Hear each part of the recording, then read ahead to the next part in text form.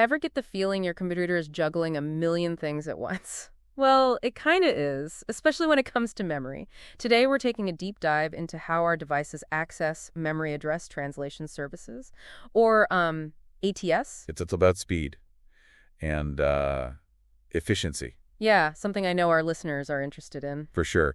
It's kind of like this. Imagine a single-lane bridge. During rush hour, that's your CPU trying to manage all the memory requests from your graphics card, your network card, every other device. So we're talking about a serious traffic jam inside our computers. Yeah, exactly. And that's where ATS steps in to streamline things, make it all run smoother. Okay, so how does ATS help? I read something about a filing cabinet analogy. Ah, yes. Think of system memory as a giant filing cabinet. Without ATS, every time a device needs a file, it has to ask the CPU for directions. So it's constantly interrupting. Yeah. It's a slow process, cumbersome.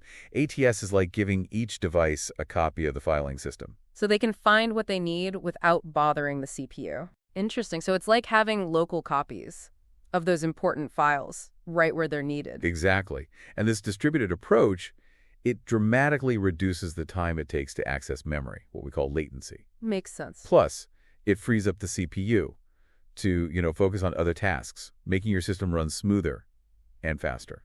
This is making me think about virtualization, where you have multiple virtual machines all vying for the same resources. You're spot on. And it's not just performance. ATS enhances security too. Really? Yeah, by working with what's called the IOMM. Okay. Think of it as the security guard for your memory. Oh, okay. Helps isolate different processes and virtual machines, prevents unauthorized access, even if a device tries to get sneaky. So each virtual machine gets its own separate workspace? You got it. And ATS makes sure everyone stays in their lane. Precisely. And to make this isolation even stronger, each process or virtual machine gets a unique ID called a PCIe. Okay. Another acronym. It's like a personalized library card that grants access to only specific sections of the memory library. I like that analogy. Even if a device tries to use ATS to access something it shouldn't, the IOMU steps in and says, nope, your library card doesn't allow you in here. That's a pretty clever system. So we've got the why of ATS down. Faster, more efficient, more secure. But how does it actually work in practice? What's happening behind the scenes? Okay, let's break it down. Imagine a device needing to access a specific memory location. It sends a request. Okay. Kind of like filling out a request form for a file. From our filing cabinet. Exactly. This request goes to the root complex, which acts like a bridge to the IOMU. So the device sends its request form, and the root complex delivers it to the IOMU, Right. which manages the actual memory access. Exactly. The IOMMU, it looks up the physical address for that request. Think of it as the librarian, finding the file location in the master catalog. Got it. Then the IOMU sends back the translated address, which the device stores in its local address translation cache. Okay, so now the device has its own copy of the file location, so it doesn't need to bother the librarian again. Right. That's how ATS cuts down on all those CPU requests. You got it. But, of course, there's a catch. Uh-oh. The ATC has limited space, like a small desk, only so much room for file copies. We can't keep every single translation on hand. No, we can't. How do devices decide which translations to keep, which to discard? This could get complicated fast. That's where clever management comes in. Systems use smart algorithms. Think of them as a system for prioritizing files, the most important ones. To make sure the most relevant translations are readily available. Yeah, like prioritizing your most used apps on your phone. Okay, so we've got this system for caching addresses, but what happens if the location of a file changes? In the master catalog, those cached copies would be outdated, wouldn't they? That's another crucial aspect, consistency. Okay. The device's ATC and the IOMU's master translation table, they need to be in sync. If a translation changes, the outdated copies in the ATC, they must be invalidated. Like removing outdated files from everyone's desks. Exactly. Wow, I'm starting to see how this all fits together. It's amazing how much complexity goes on behind the scenes to make our computers run smoothly. But with all this complexity, are there any potential pitfalls or security risks we should be aware of? You're right to point that out. Like any system, if it's not implemented correctly, it can introduce vulnerabilities. Makes sense. But when done right, it actually enhances security by adding another layer of protection. It's like having a security system. With multiple checkpoints, it's much harder for something to slip through. That's a great way to think about it. Now, to really appreciate the benefits of ATS, let's compare it head-to-head. With the traditional way of handling memory access, imagine a simple table. On one side, we have ATS, and on the other, the old school method. Okay, I'm picturing it. What are the main categories? Let's start with who's doing the heavy lifting? Who's actually translating those addresses? With ATS, it's the device itself, using its handy ATC. Traditionally, it's all on the CPU's shoulders. Right, and we already talked about how that can create bottlenecks. Slow everything down. What's next on our list? Address caching.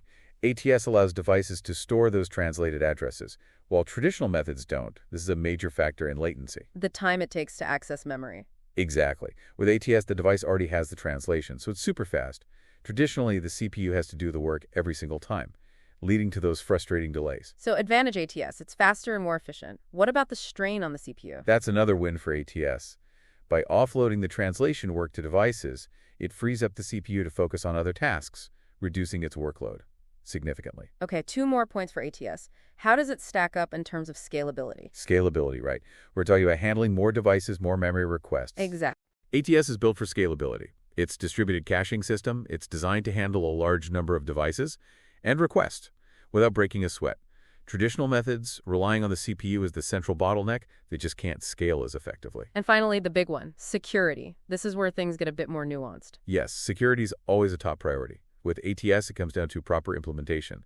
If done correctly, the combination of ATS and the IOMMU, it provides really granular access control, keeping those processes and VMs isolated and secure. Traditional methods, while potentially simpler, can be more vulnerable, especially in complex environments with lots of virtualization going on. So ATS offers a compelling set of advantages: a lower latency, less strain on the CPU, better scalability, and the potential for stronger security. But it also requires careful implementation to avoid any pitfalls. You've summed it up perfectly. While ATS is definitely more complex than traditional methods, the benefits often make it a worthwhile investment, especially for applications where performance and security are non-negotiable. Things like high-performance computing, AI, and even gaming. That makes a lot of sense. Okay, so we've covered the why and the how of ATS, but let's bring this down to earth a bit. Can you give us some real-world examples of where ATS is making a difference? What does this actually look like in practice? Absolutely. One exciting example is something called GPU Direct Storage.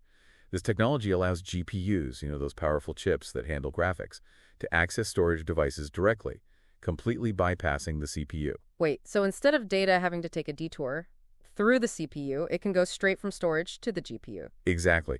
And ATS is a crucial part of making GPU Direct Storage work, especially when you have multiple virtual machines sharing a GPU. It ensures each VM can access the storage it needs, efficiently and securely, without stepping on each other's toes. Okay, so that's one powerful application. Any other examples that might resonate with our listeners? Let's talk about virtualized network functions, or VNFs. Okay. These are essentially network services running in virtual machines, things like firewalls or load balancers. They need to share network cards efficiently to do their jobs. And guess what? What? ATS is there to make that sharing smooth and performant. VNFs can access the network with minimal overhead thanks to ATS. So we're talking about boosting the performance of our virtualized networks, which is becoming more and more important as more services move to the cloud. Right. I see how this all connects. But before we wrap up, is there anything else our listeners should keep in mind about ATS? Any potential gotchas or things to be aware of? That's a great question. One thing to remember is that ATS is still relatively new. In the grand scheme of things, it's constantly evolving, and there are ongoing discussions about how to manage it most effectively. So kind of like the early days of any new technology, lots of potential, but still some kinks to work out. Exactly. For example, figuring out the optimal size of the ATC and how to manage those cache translations. It's an area of active research. Oh, it's a balancing act. It is, between caching as much as possible and efficiently getting rid of outdated entries. And of course, security is always a concern with a system as complex as this. Absolutely. Making sure the ATC and the IOMU's translation table are always on the same page. It's critical to prevent vulnerabilities. So the takeaway here is that while ATS offers some amazing benefits, it's important to approach it with a critical eye. Yes. Focus on robust implementations and stay informed about the latest developments. Would you agree? I couldn't have said it better myself. Now, remember that question you asked earlier about the future of ATS and its role in emerging technologies like CXL? Yeah. Well, that brings up a really fascinating point. Yeah, we were talking about how CXL relies heavily on memory sharing and virtualization, areas where ATS already shines. So is it safe to say that ATS will become even more crucial as CXL gains traction? It's a great question, and one that's being explored right now. CXL takes memory sharing to a whole new level, allowing devices to directly access and even manipulate memory in other devices, or the host system itself. Wow. It's a game changer. So instead of separate filing cabinets, we're now talking about one giant shared library where everyone has equal access. Exactly. That sounds both amazing and incredibly complex. And with that complexity comes the need for robust management. We need to ensure devices can access the right memory at the right time. With the correct permissions, that's where ATS becomes even more essential. So it's like ATS is the super organized librarian in this giant shared memory library, making sure everything runs smoothly and securely. No rogue devices grabbing information they shouldn't. Precisely. With CXL, efficient address translation is non-negotiable. Imagine a CXL-connected accelerator, like a specialized AI processor, needing data from the host's memory, or even another CXL device.